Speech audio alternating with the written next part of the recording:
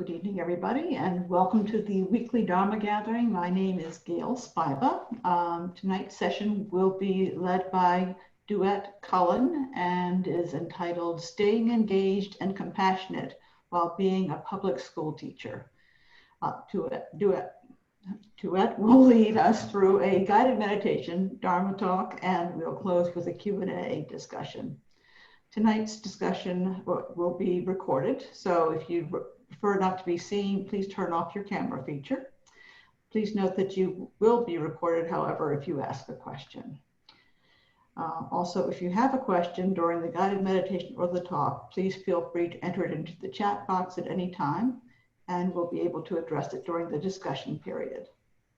The recording of tonight's gathering can be accessed within 48 hours via your purchased products on your Vimeo weekly Dharma Gathering account. You'll receive an email notification once it's posted. Our teacher tonight, or our speaker, Tuyet Cullen, has been in public education for 17 years in Madison, Wisconsin. She started meditating at the start of her teaching career. Her path as a meditator and her path as a teacher are one and the same. Meditation has given her space to be present and compassionate with her students and co-workers, and teaching has given her an understanding of the spaciousness of the human heart. Mining these experiences has given her the tools to constantly build, tear down, and build again a container in her classroom where students feel seen for who they are and a little bit more confident in taking risks. Her path continues to support constant reflection and adjusting of her craft as a teacher, especially in how she works with children of color and LGBTQI students. She's a member of the core mindfulness team for the Madison Metropolitan School District, where she provides experiences for teachers to cultivate and sustain a mindfulness practice. She has previously served as the Center Director and Director of Practice and Education for the Madison Shambhala Center. So without further ado, Tuyet, please take it away. So we will begin with a meditation, and I invite you to take a posture that is strong, stable, comfortable, whatever that may be for you. I'm currently sitting on a rolly chair, and that tends to feel very comfortable for me. And during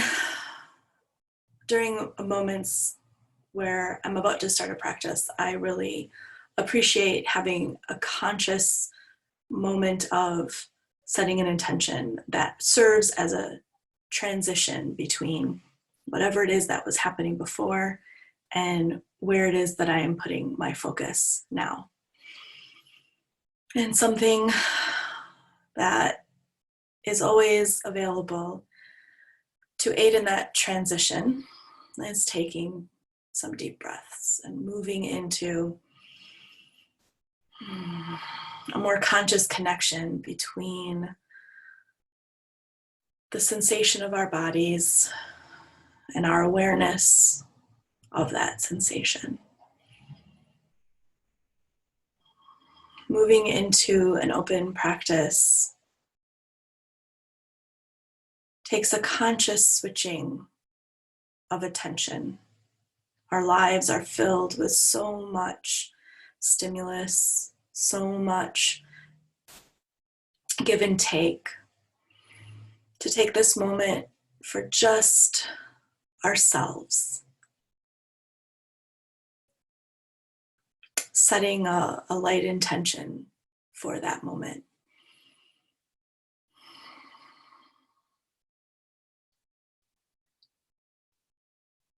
It's a radical choice sometimes to take care of ourselves. So as we move into setting a light intention about how we are going to spend this moment with breathing, with monitoring lightly, lovingly, with being in this space together.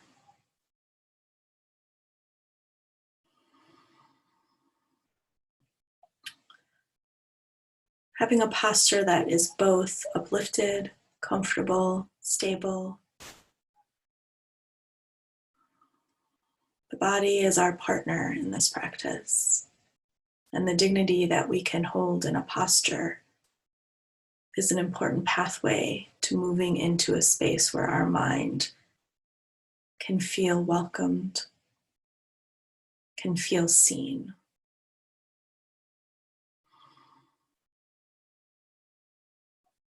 All of our bodies have their own geography, and holding that as an honoring is an important part of moving into a meditation practice.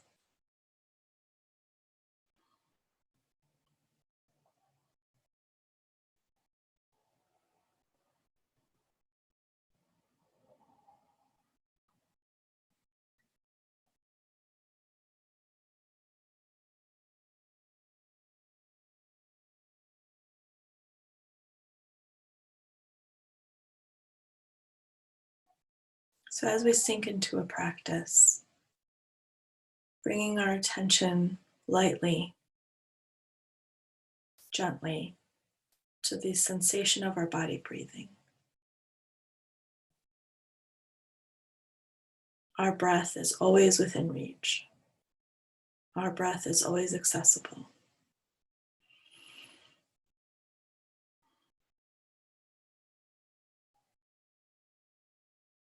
And when we feel our body breathing, we're putting our light focus on many, many different actions, many, many different passing moments. And we're letting it all flow. We're not trying to rush it. We're not trying to change it. We're not trying to modify. We're just letting this present moment ebb and flow gently with the ebb and flow of breathing of our body.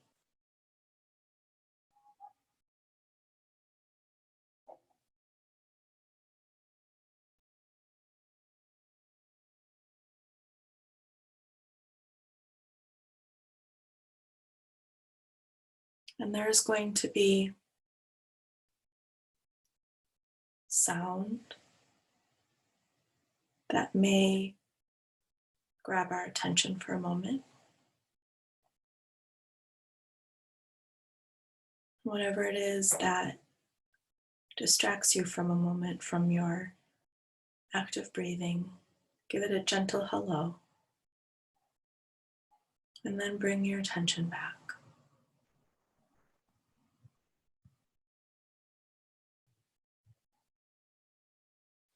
We may be distracted by a thought. We may be distracted by a storyline.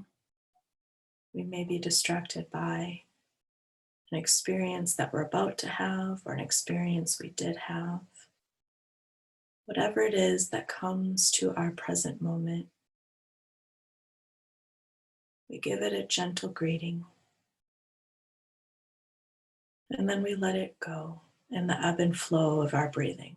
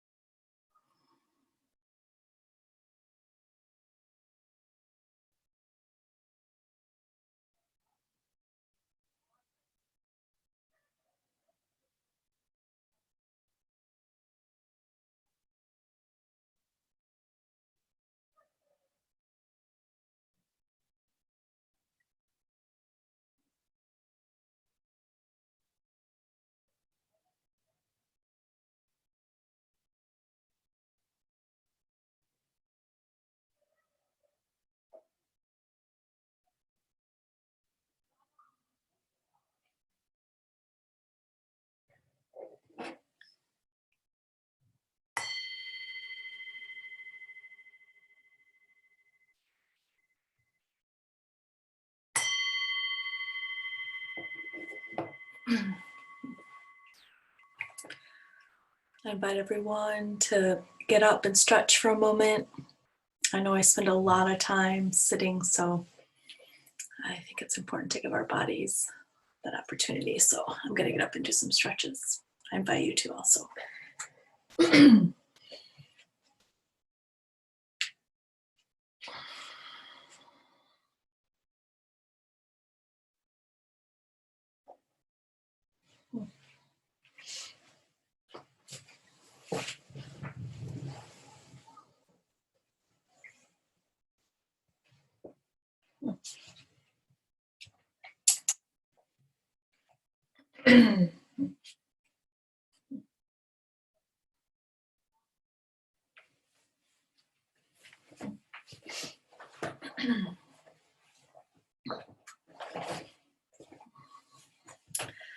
Hello.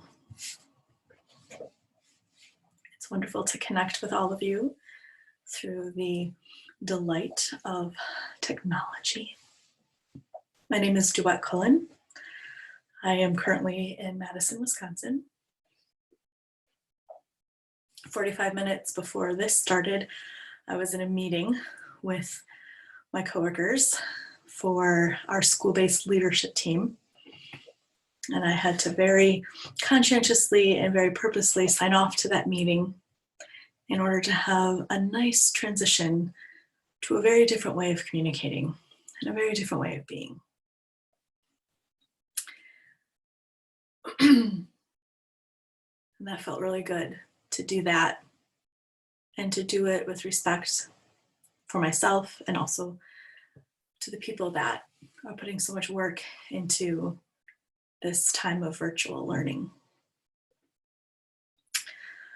I came to education through a windy path of women's studies and psychology, graduating with those degrees before entering into another college program to get my teaching degree.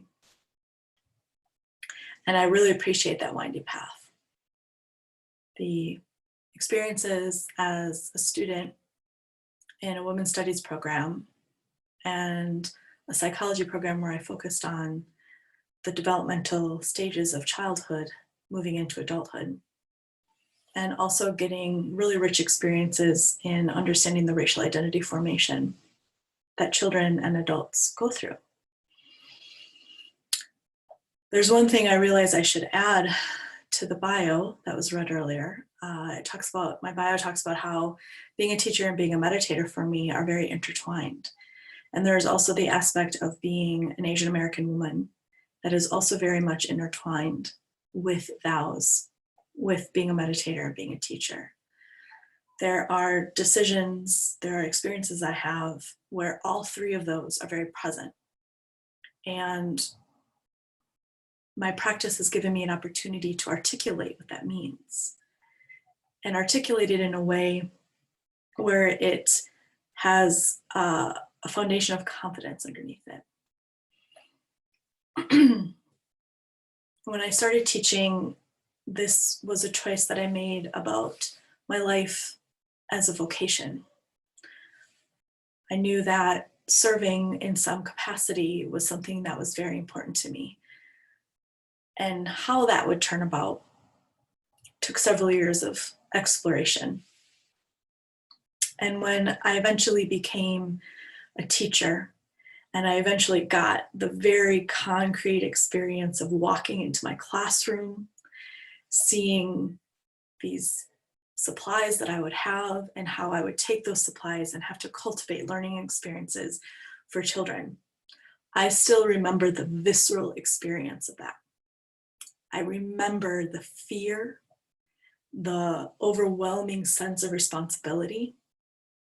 And I knew that if this is how I felt at that moment, it was extremely important that I figured out how to stay engaged without feeling overwhelmed. So along with becoming a teacher, I moved into the world of mindfulness and meditation. And my practice at first was mindfulness-based stress reduction. And what I came to understand is that those first years of understanding how stress works and how stress in our mind works and how stress, our mind and our body work, and how all of those influence and support or detract from each other, I came to know myself. I came to understand my workings as a person, as a cisgendered female, as a Asian American, biracial woman. All of those parts I started to get to know in a way because it was important for me to understand that in order to be a really rich, strong teacher for children. And so a journey of self-discovery was very much interwoven in my journey of coming to understand what it means to be a teacher.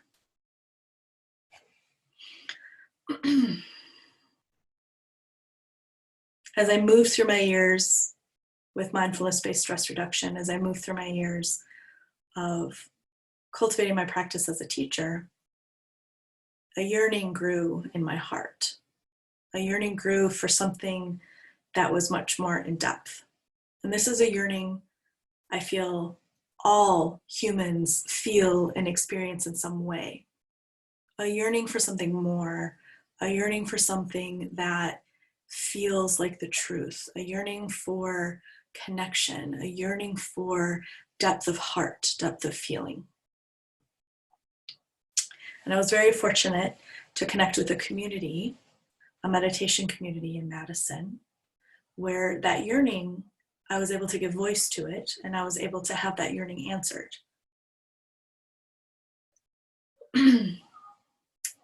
There was a deepening to my practice that I experienced when I joined the Shambhala meditation community, both in Madison, my local center, and in other areas of our mandala that's around the country and around the world. And this deepening of my practice, as I moved from mindfulness-based stress reduction to a meditation practice, I came to realize the importance and the extreme necessity of understanding myself, getting an idea of who I am, what it is that I do as a trend when it comes to stress, confusion, anger, and really getting to understand that as a person within multiple areas of my life. And particularly how to handle the stress of being a public educator. I feel there's a unique experience to moving into a role that holds so many different truths. I'm a public school teacher who has to navigate constantly a dance where I am aware that I am a cog in a machine that harms children. Our institution of public education has a history very much embedded in determining who is good and who is bad. The roots of public education are embedded in the white supremacist cultivation of our country. I move into that dance, holding that truth, and also holding the truth that I have real interactions with children, real connections that bring about extremely beautiful human moments. And both of these are true at the same time.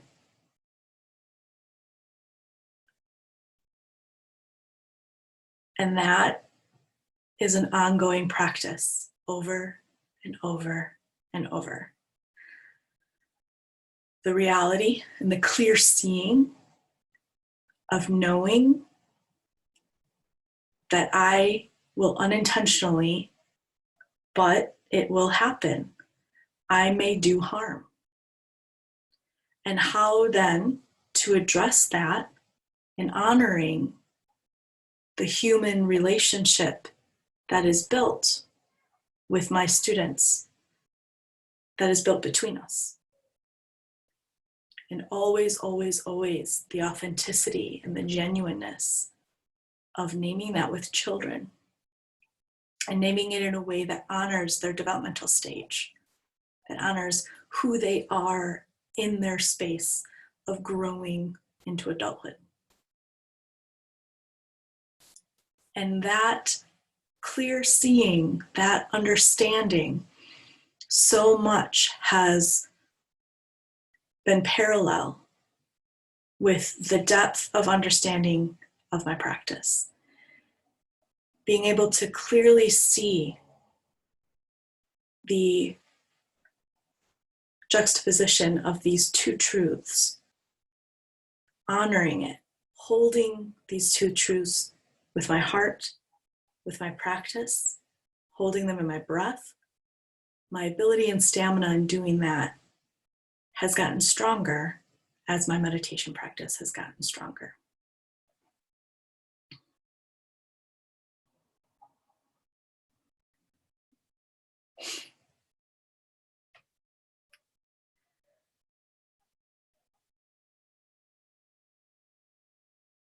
There was a very clear moment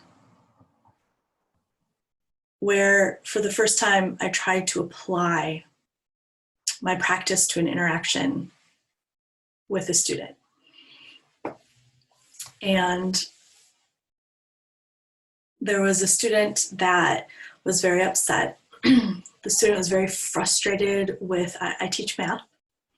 The student was very frustrated with confusion, with not knowing what they were being asked to do.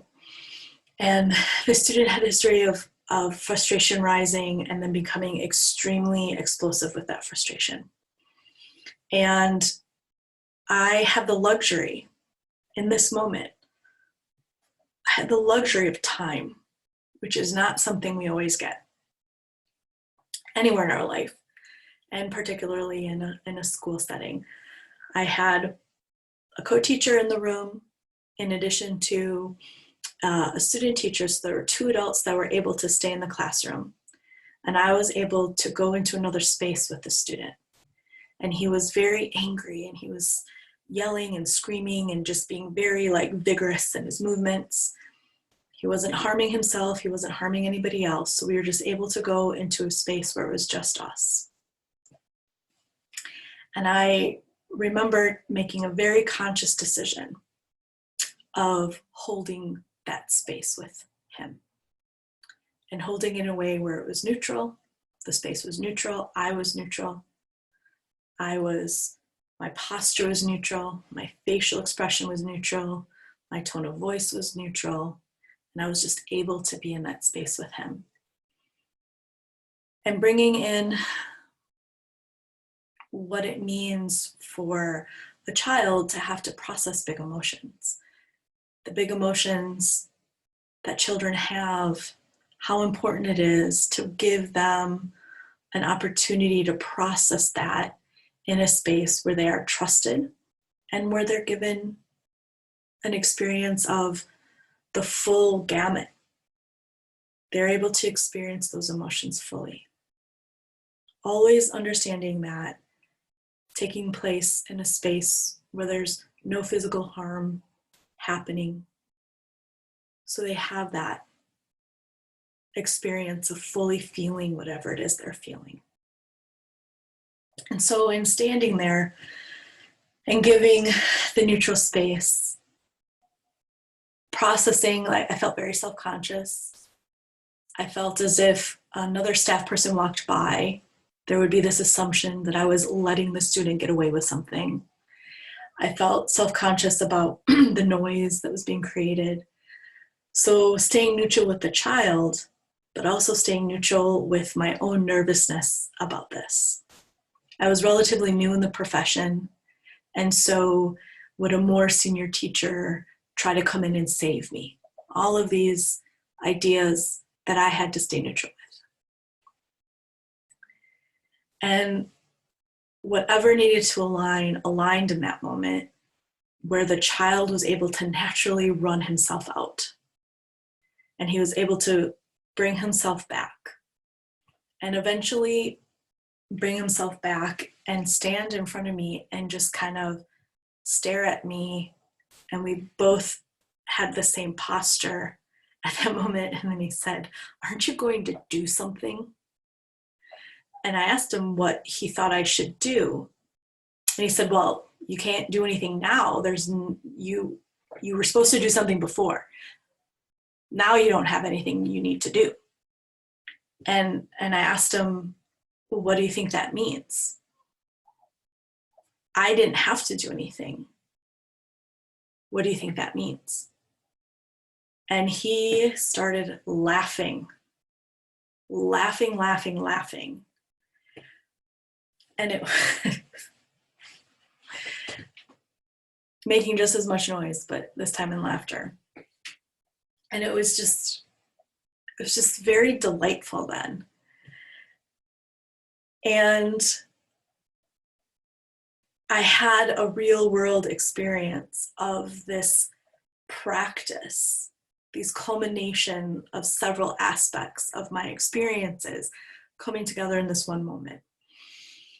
Now, there's no magical potion here. There's no poof, everything's beautiful. The luxury of time is not something that I always have. And when I don't have the luxury of time to give a child their natural span that they need, there are other things that come to the surface. And this is a struggle, an ongoing struggle. Having to make decisions based on time, based on where I'm supposed to be, where's the child supposed to be. And time is one of those, this sense of urgency, the sense of perfection, the sense that everything is supposed to go right all the time. One of the ways that white supremacy permeates the systems that our public education is built on. The bell rings, 9 o'clock, kids, I have to leave my classroom, go somewhere else. That really does not coalesce with human nature and learning.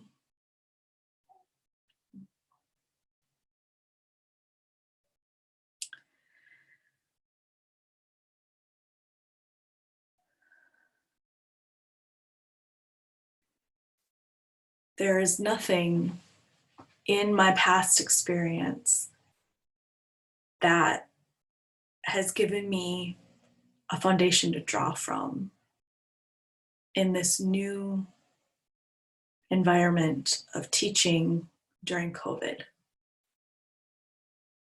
And I am in midst of building a plane as I'm flying it. Thankfully, using the tools of my practice to build the plane, but still spending a lot of time, a lot of energy, a lot of heart into building something that is very, very, very new and strange and confusing.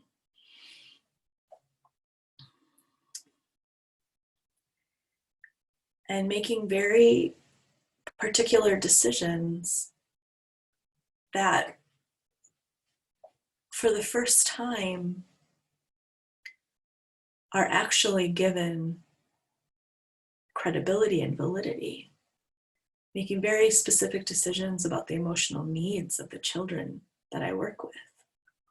I'm not always given permission to make decisions about the emotional needs of the children. There's a lot of focus on the academic needs.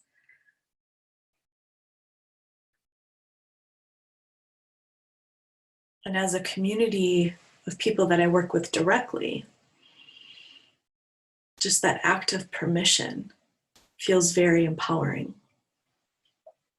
As a math teacher, I'm supposed to move into pre-algebra at this point. And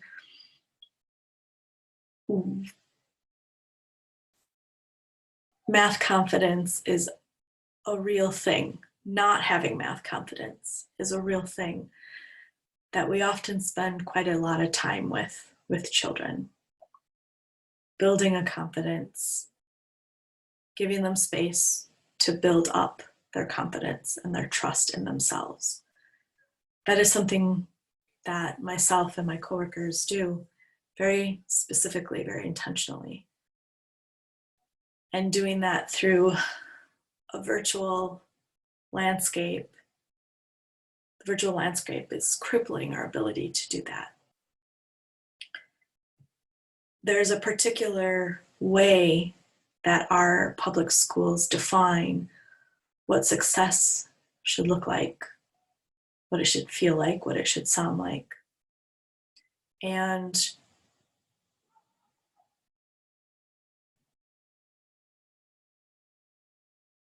there's a lot of strategy, a lot of intention in redefining that. Any good math teacher takes time with their students to redefine this common societal definition of what success looks like.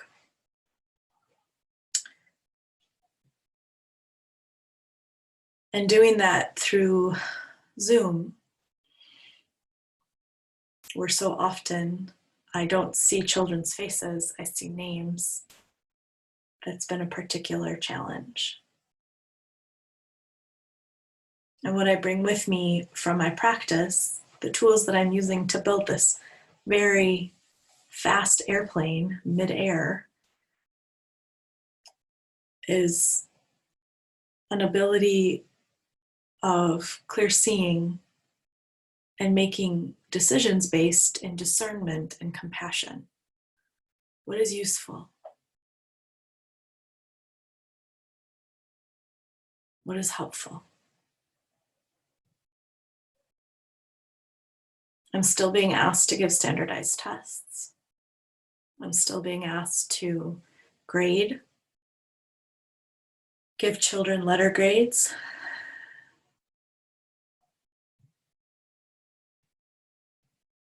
The clear seeing that my practice helps me to continuously build is embedded within seeing the reality that these standardized tests and these grades aren't necessarily the most important aspect of the educational experience right now. I want to make sure the children I'm working with come out of this time that is so raw, feeling like they know who to connect with that will support them. Support them by helping them grow. And I want to be part of the village that it takes to raise children. Math is this major aspect of the work that I do. And a whole other talk could be given about the importance of math education. But there's also the human aspect that can be defined mathematically. However, in this work today, it's not always about that. What is a very strange experience is actually struggling with silence with children. There's so much silence right now. That is not the norm. There's so much silence so that whenever I hear a child's voice, I am ecstatic. I am so happy, and I want to, fan the flames of that child's voice. So the other day, for whatever reason, a child started to talk about the Muppets, and a whole bunch of other voices chimed in, and all of these children were talking about the Muppets. And so we spontaneously decided, I Googled, quiz on what Muppet you are, and posted it in the chat. And all of the kids took a quiz that would tell them what Muppet they were. And it was the first time in the 3 weeks so far that I've been teaching where there was an actual class discussion. There was actually children talking to children and children spontaneously bringing up ideas. And that hasn't happened yet. And I didn't realize how much my heart needed that. I ended up being Kermit. I don't know if that means anything. We had a lot of the children were animal, which the volume question, there was a very specific question about how loud someone is. And then we had a lot of kids being Miss Piggy. It was just very delightful. And so the delight, I want to continue to grow with that. How much delight can we bring? And using strategies that I've built as a teacher to then somehow very naturally, authentically bring the math in there somehow, using the children's energy to bring that towards a focus. Yes, Miss Piggy and Kermit, they're definitely a good pair.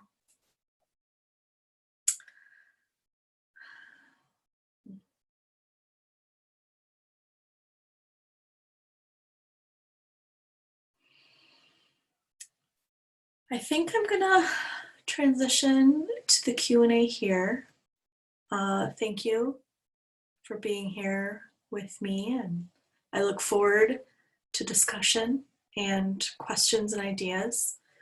So I am monitoring the chat if there's anyone who wishes to communicate that way. Otherwise, please feel free. Interaction makes it all rich, makes it richer for all of us.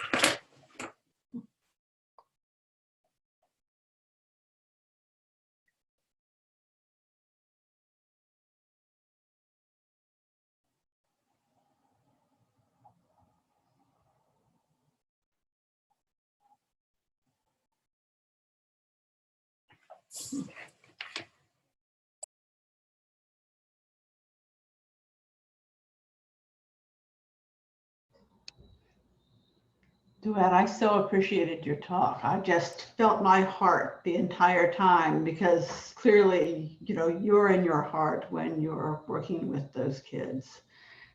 And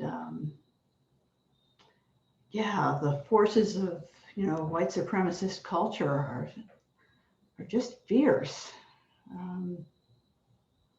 with how it's all structured. I don't know if I have a question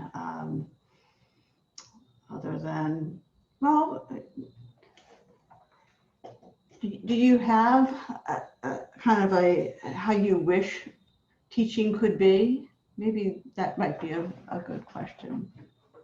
Absolutely.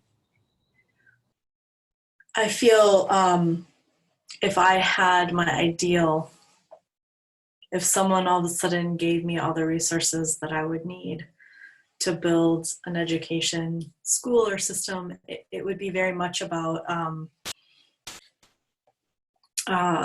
teachers being facilitators and guides, but ultimately the children building their knowledge.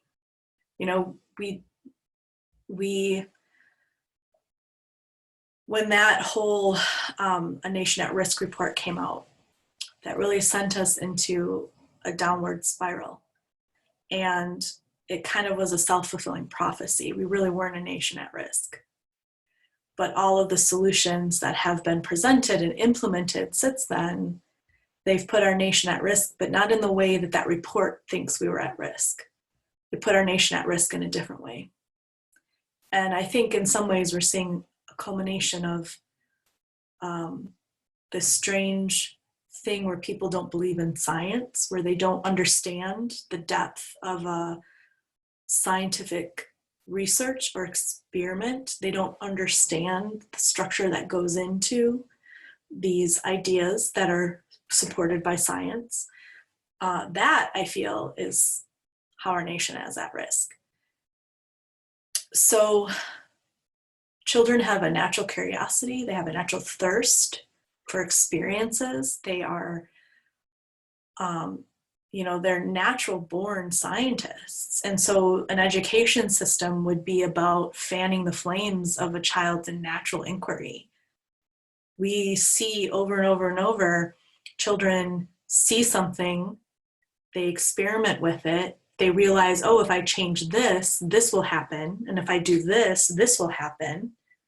That simple act of experimenting and inquiry, that is the learning curve that we all need to cultivate. So we don't need standardized tests. We don't need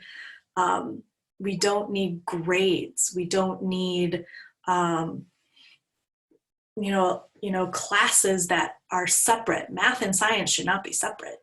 They should be this single, and reading and all of it should just all be one big experience. So, I early in my career, when I was applying for jobs, there was an opportunity to work at a school that was more structured that way, much more exploratory based, much more supporting of a child's natural curiosity.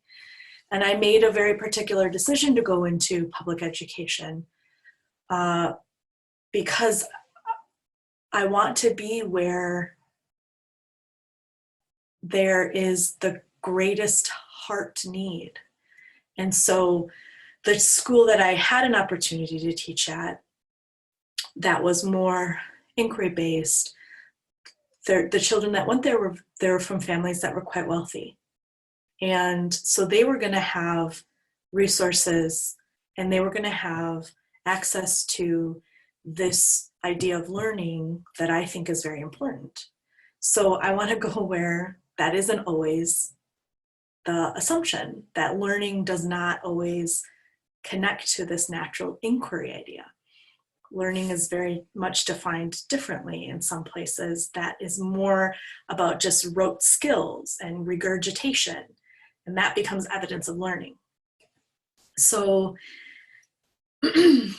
I do think people need to understand the developmental stages of childhood. I come into my profession with a degree in psychology, and so often using that knowledge to make decisions about my work with children. I think that's very necessary. Children can't do certain things because their brains are just at a certain space. I teach middle school very particularly because there is an extremely interesting process going on in their brains at that moment. Their brains are literally pruning weak neural connections. This is the stage of life where their brains are refined, going from many, many, many, many neural connections to streamlining to the most efficient and strong. And that has a unique effect on the behavior of the children at this age. So taking into account the developmental needs of just their brain chemistry, schools need to take that into account. They don't always do that.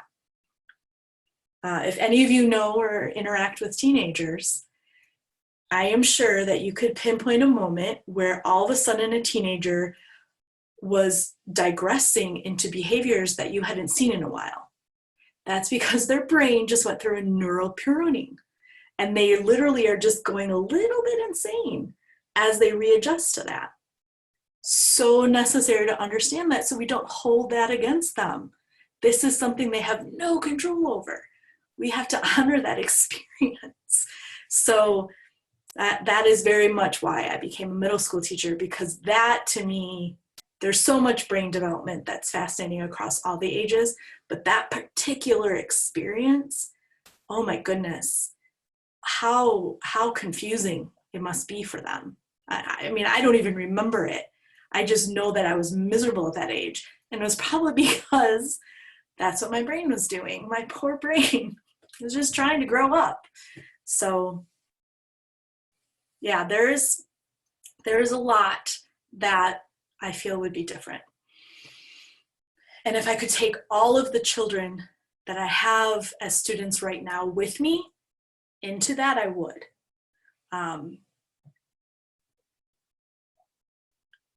Yeah, thank you. Thank you for that question.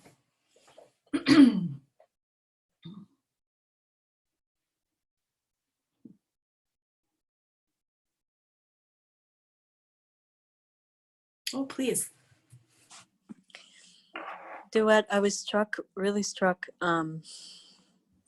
tonight, as I have been kind of bit by bit over the years that I've known you as a teacher, both in Dharma and in classrooms, by the way that you are a teacher of them as human beings first, and then mathematics second, and how much that really struck me tonight in your description, and I just really want to honor that. That wasn't always my experience with math teachers. And it actually feels really natural. It feels really, really natural. And I, just as you said, like, this shouldn't be separated from that. Science shouldn't be separated from math. Reading shouldn't be separated from math and science. I can feel that quality in you. And I'm getting verklempt because I really appreciate that sense of integration of things that shouldn't be so separate, but are often separated, especially in, it seems like in middle school and high school education, and how much you have just, it's actually healed me to experience that in you. Yeah. And I'm so excited for that for your students. Yeah. Thank you. Can you tell them that? No. Yup.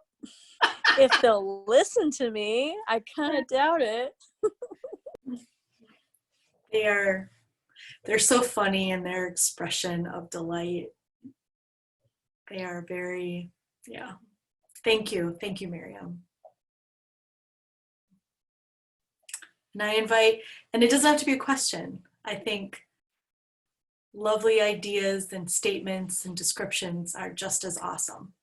So please, I would love to hear ideas from you.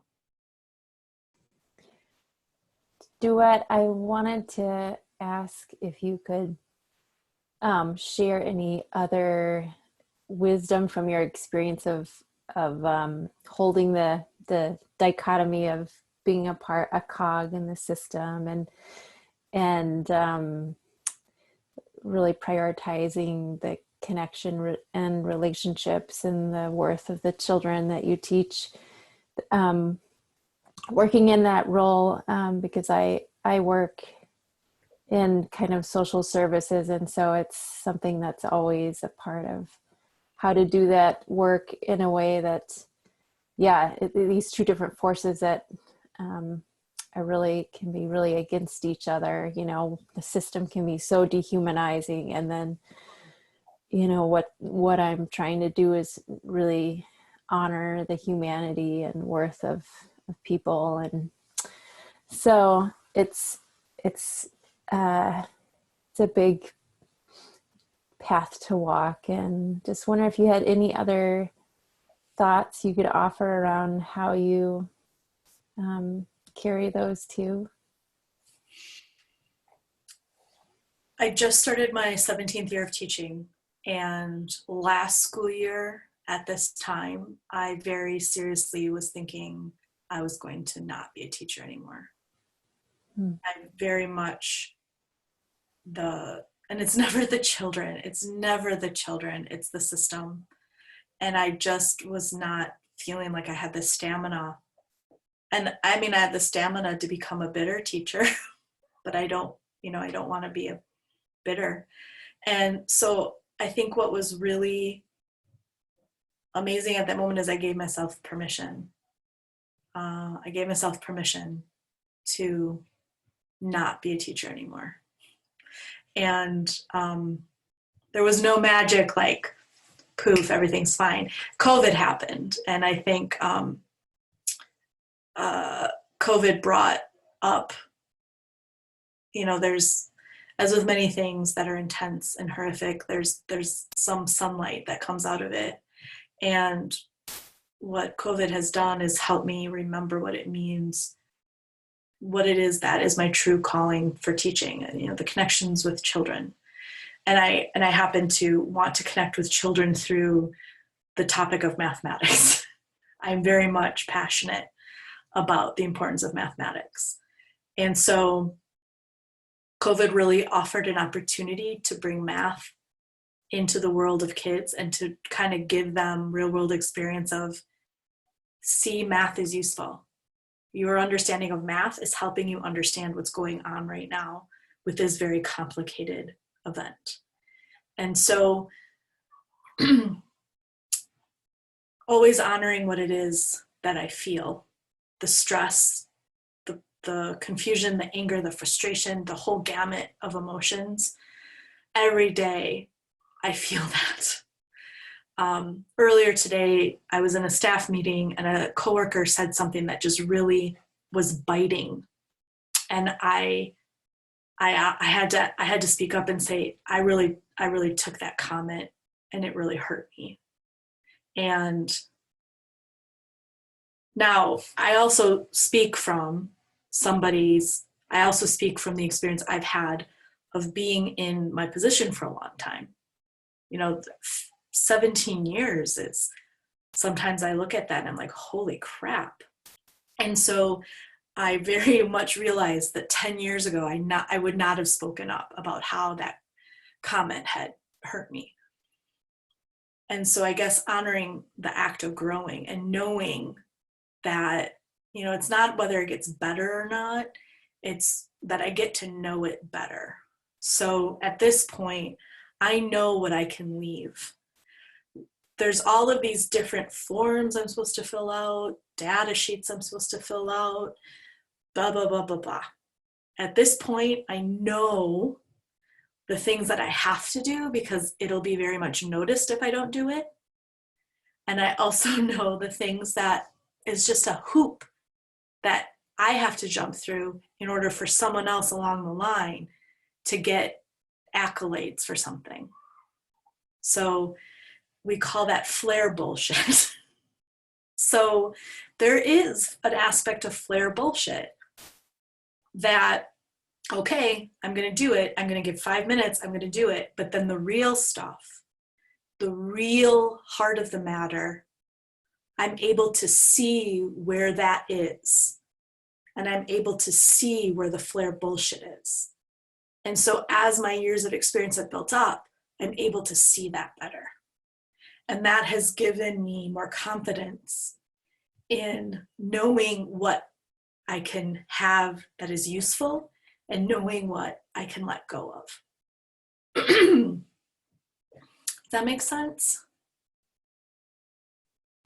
Yeah, thank you so much. That's great. Yeah, having that, what I'm thinking of is like clear seeing of the system and what trusting oneself in the process once you know it like well enough, how to work in the process to minimize the like harm or the harm that the system does on ourselves as being a part of it, but then especially the people we're supporting. And the importance of partnering with people who are actively in motion of dismantling the system. I think, you know, to quote, and I apologize, I cannot remember the person's name, but they came up with this idea of an ecosystem of activism. And so I know my role in that ecosystem. And I also know that I need to be in partnership with those that are actively trying to bring the system down. And so like, you know, sometimes I picture myself as like a spy and I'm inside. And so when those people that are trying to dismantle the system, when they get inside the system, I'm there to like help them manipulate within it. And I know that I can't let the system pull me into using the tools of the system to uphold it, being very aware of, like I talked about, this urgency, everything has to be done right away, and this perfectionism of, you have to know exactly what you're doing all the time, and if you don't, you suck. Like all of those tools of white supremacy, like being very aware of when I am internalizing that and it's a foreign body that I have to disperse out of me. So, and that has been an extremely important catapult in my sense of self, is that very clear partnership with others that are like, this system needs to go. And then they are doing that work. And I think we inform each other in such an important way, that just is extremely, extremely important for my personal growth and my personal health. So thank you. Thank you, Cedar Rose. Oh, thank you so much, Duet. Thank you.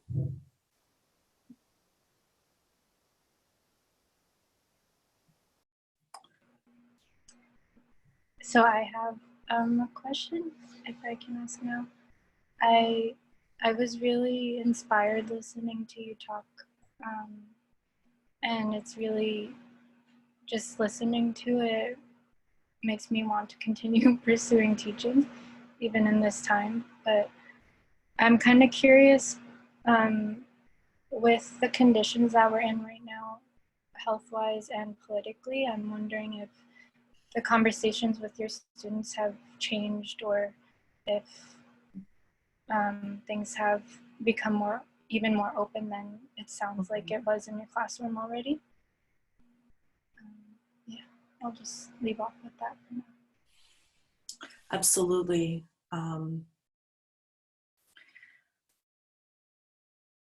I think what I always, what is always important to me to provide for children is the messiness of just free association of thought. Like sometimes they don't have to filter, they don't have to, they don't have to worry that they're going to be judged on what they're saying or how they say it. So many children experience this idea of being forced to speak in a way that is considered more intelligent. So when kids are expressing themselves and you can feel that authenticity, like just giving them the space of like, I hear you. And I am very fortunate. I should, that the group of kids that I'm teaching right now, I actually was their 7th grade teacher. And through some position change that was necessary, I became their 8th grade teacher. So this is a group of kids that I have known for a year already, a year and a half at this point. And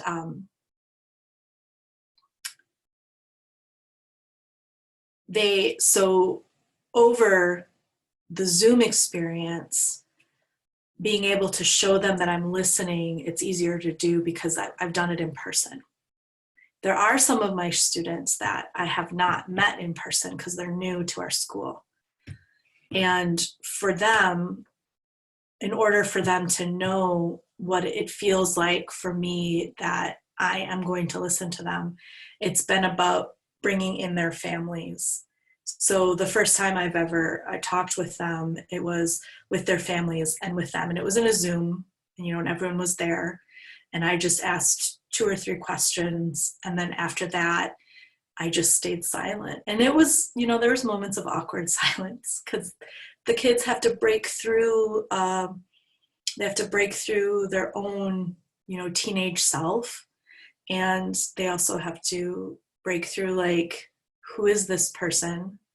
Why should I trust them? Why should I share with them? And just constantly building the trust. And the ways that I hold on to in doing that is, I always am very vocal. And if I make a mistake, and modeling like, oh yeah, I made a mistake. Here's what I'm going to do next, because I can't just let the mistake be the only thing that lands. I need to have a strategy for responding to that mistake and then moving forward in some way. And maybe it means I take a break and I let the mistake pause for a second and I just take a step back. And vocalizing that to the children, like, oh, I need a break. I'm feeling really overwhelmed right now. I'm going to take a break. And also not being super connected to their responses. And I don't know if this is particular to middle school, because so often with middle schoolers, what they say is not as important as what they do, because what they say or what they like roll their eyes, or they're like this, and they're not even looking at me. And if I hold on to that, I'm gonna derail. But if I just constantly believe that something is being planted in that moment, and it'll eventually grow into a beautiful relationship of trust, then I can keep moving forward. I can't constantly need this like adoration from the children that I work with. If I need adoration for them all the time, then I'm human. I want positive interaction. So there are times when it's nice when the kids are like, it's good to see you. Like, I definitely hold on to that, because it doesn't happen too often. And it's not because, they're bitter. It's not because they're apathetic. There's so much going on inside of them. They don't have the cognitive overload to be there for others yet. So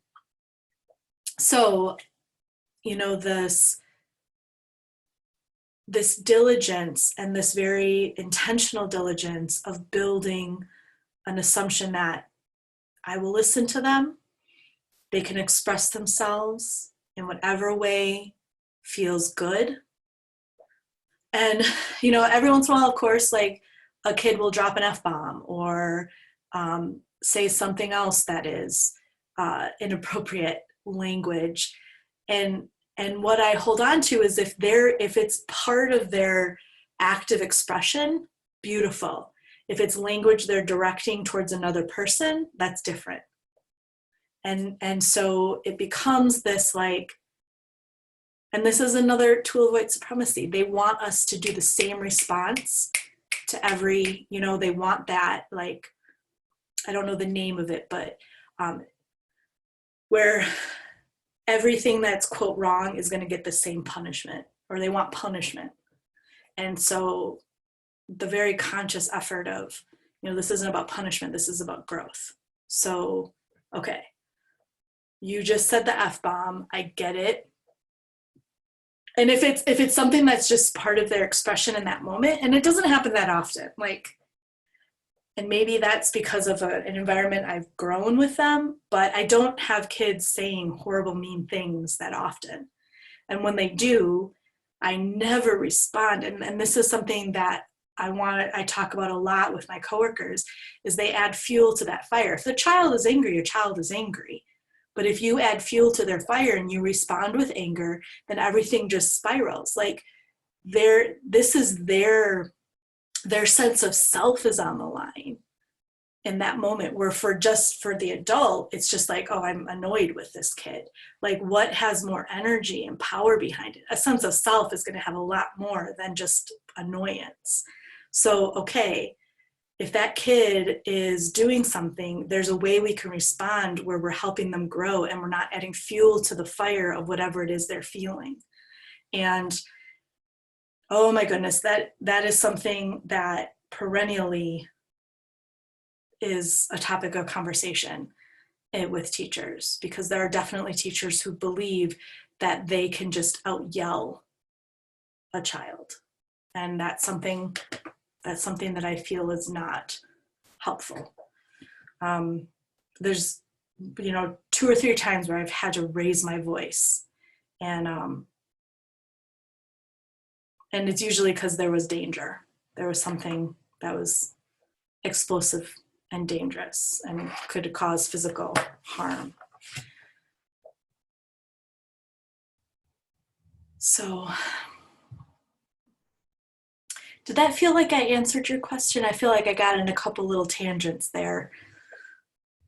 No, I feel like you answered it even like deeper than I was thinking of when I first asked it. But yeah, thank you so much. Thank you. Thank you.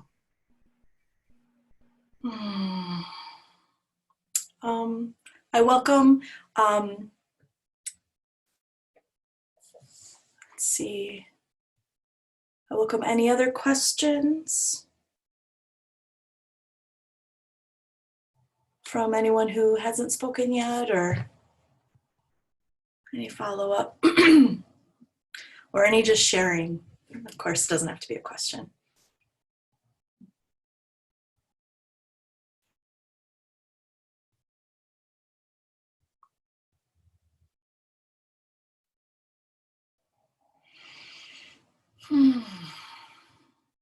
Thank you, everybody. I think I'll hand it back, and there's a couple announcements that will be made.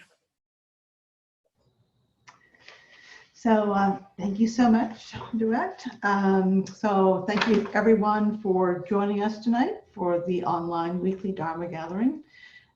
Please join us next week for the week's Dharma gathering on Wednesday, October 7th with Martina Bowie, and I'm hoping I'm pronouncing her last name properly, for a talk, Don't Know Mind, as in J-N-O-W, mind. There's going to be more information coming soon on the website about some details for the evening and to register. So look for that. And you may also want to consider becoming a subscriber if you aren't already. We have a 7-day free trial that you can find on our website. Tell your friends. And finally, make sure to follow us on Instagram at Weekly Dharma and Facebook at Weekly Dharma Gathering. So thank you so much to Tuyet and for everybody. And I think that does it. Yeah. Thank you so much. Thanks. All right, take care.